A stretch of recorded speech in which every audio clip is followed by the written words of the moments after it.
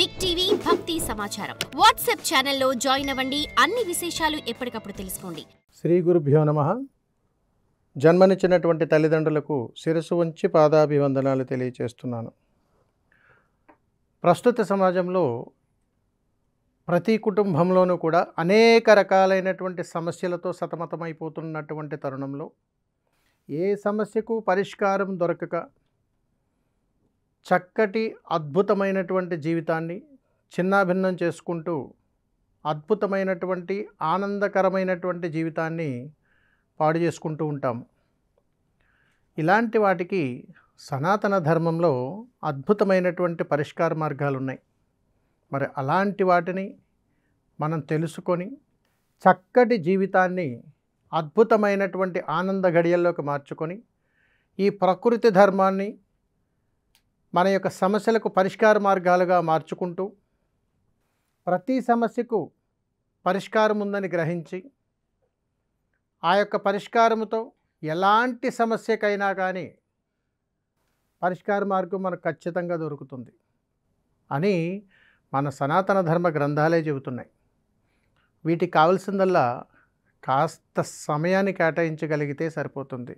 మరి ఇంకెందుకు ఆలస్యం? ఈ సమస్య పరిష్కారంలో అనేక రకాల సమస్యలు, వాటి యొక్క పరిష్కార మార్గాలు ఇక తెలుసుకుందామా? మరి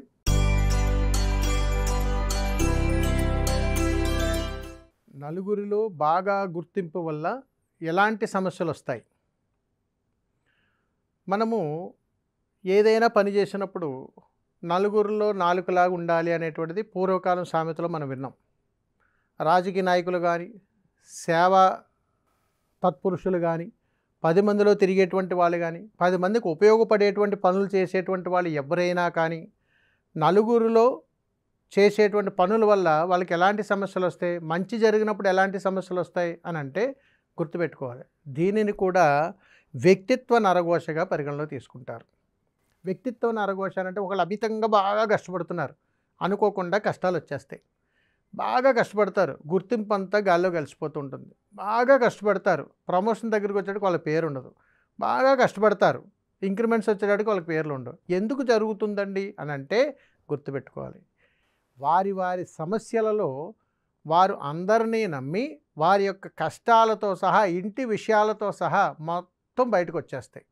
ఈ విధమైనటువంటి ప్రయాణం ఏ జీవుడికైతే జరుగుతుందో వారికి వ్యక్తిత్వ నరఘోషగా పరిగణలో తీసుకుంటారు. కాబట్టి వారి జీవితంలో ఎదుగుదల లేకుండా వారు అక్కడే ఉండిపోతారు.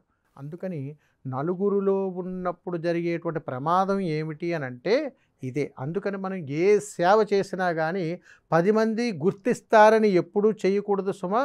మనం చెయ్యాలని అనుకుని మాత్రమే చెయ్యాలి. అప్పుడు మనకి ఎలాంటి నరదిష్టి మన మీద పడదు.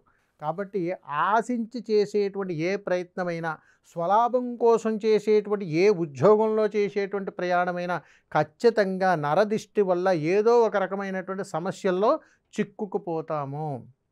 అందుకని మంచి మనసుతో, మంచి వ్యక్తిత్వంతో నలుగురిలో చేసేటువంటి ఏ పని నువ్వు చేసినా ఆ నలుగురు సహకారమే నీకు అండబలంగా ఉంటుంది.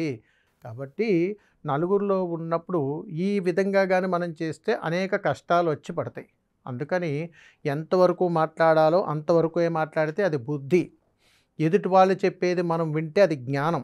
ఈ రెండిటిని జాగ్రత్తగా చేసుకోగలిగితే అద్భుతమైనటువంటి భవిష్యత్తు తథ్యం. సర్వే జనా సుఖినో భవంతు. శుభం. నమస్కారం. For more videos like this, subscribe Big TV channel.